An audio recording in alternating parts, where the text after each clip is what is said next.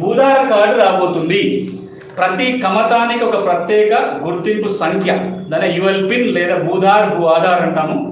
ప్రతి భూ యజమానికి ఒక ప్రత్యేకమైన కార్డు, మనకు ఆధార్ కార్డు మనుషులకు ఉన్నట్టుగానే భూ యజమానికి ఆ భూమికి భూధార కార్డు ఇస్తారు. ఎట్లా జరుగుతుంది అంటే ప్రతి కమతానికి ఒక గుర్తింపు సంఖ్య వస్తుంది. ప్రతి యజమానికి పూర్తి వివరాలతో కూడిన భూధార కార్డు, అది కూడా temporary Bhudhaar card, permanent Bhudhaar card అని 2 ప్రస్తావనలు ఉన్నాయి. ఇప్పటికిప్పుడు రికార్డులు సరిచూసి అన్ని రికార్డులు బాగానే ఉంటే టెంపరీ భూధార కార్డు వస్తుంది. భూముల సర్వే జరిగినప్పుడు పర్మనెంట్ భూధార కార్డు ఇవ్వడం జరుగుతుంది. మీరు ప్రధానంగా చెప్పడానికి ఒక ఎగ్జాంపుల్, ఎవరైనా మనం ఎక్కడ ఇప్పుడు కొత్త ప్రాంతానికి పోవాలన్నప్పుడు, ఒక ప్లేస్కి పోవాలన్నప్పుడు మనం ఫోన్ తీసుకొని గూగుల్ మ్యాప్లో ప్లేస్ కొడితే దాని అడ్రస్ చూపిస్తే ఎవరిని అడగకుండా మనం అక్కడికి వెళ్ళగలుగుతాం.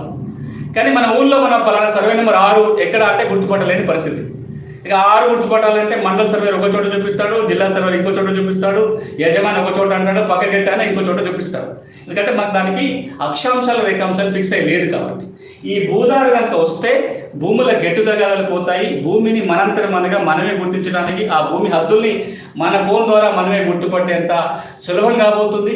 భూధార కార్డు నెంబర్ కొడితే ఆ భూమికి సంబంధించిన సమగ్ర సమాచారం ఒకే చోట తెలుసుకోవచ్చు. ఈరోజు ఆధార్ నెంబర్ కొట్టామనుకోండి, మనకు బ్యాంక్ లోన్లు ఉన్నాయా, మనకు గవర్నమెంట్ స్కీమ్స్ వస్తున్నాయా, ఇతర ట్యాక్స్ కడుతున్నామా, అన్ని వివరాలు ఒక చోట వస్తాయి.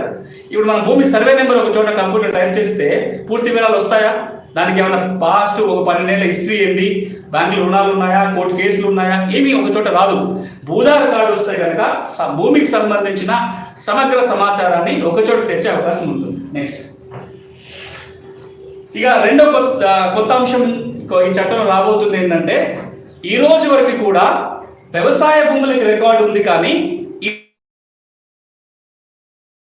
ఇంటి స్థలాలకి పన్ను రిజిస్టర్ తప్ప, ఆస్తి పన్ను కట్టించుకోవడానికి పంచాయతీ వాళ్ళు మున్సిపాలిటీ వాళ్ళు మెయింటైన్ చేసే రికార్డు తప్ప ఇతర భూమి రికార్డు ఏది లేదు. భూభారతి చట్టం ఏమంటుందంటే, ఈ చట్టం కింద రాబోయే రోజుల్లో ఇంటి స్థలాలకి వ్యవసాయేతర భూములకి కూడా హక్కుల రికార్డు రాయాలి. ఆ హక్కుల రికార్డు పరంగా యజమానులకి సర్టిఫికెట్లో పాస్ పుస్తకం జారీ చేయాలి.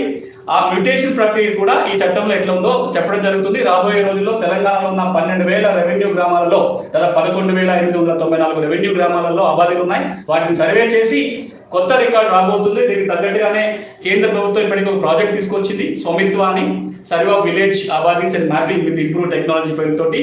ఈ ప్రాజెక్ట్ కింద మన తెలంగాణ గ్రామాలను సర్వే చేసి ప్రతి ఇంటి స్థలానికి కూడా ఒక పాస్బుక్ వచ్చినట్లయితే వాటిని ట్రాన్సాక్షన్ చేసుకున్నప్పుడు కానీ బ్యాంకులో కుదరబెట్టుకుంటే కూడా ఈ కార్డు ఉపయోగపడుతుంది. అలాంటి కార్డు మనకు భూభారతి చట్టం కింద రాబోతుంది. నెక్స్ట్,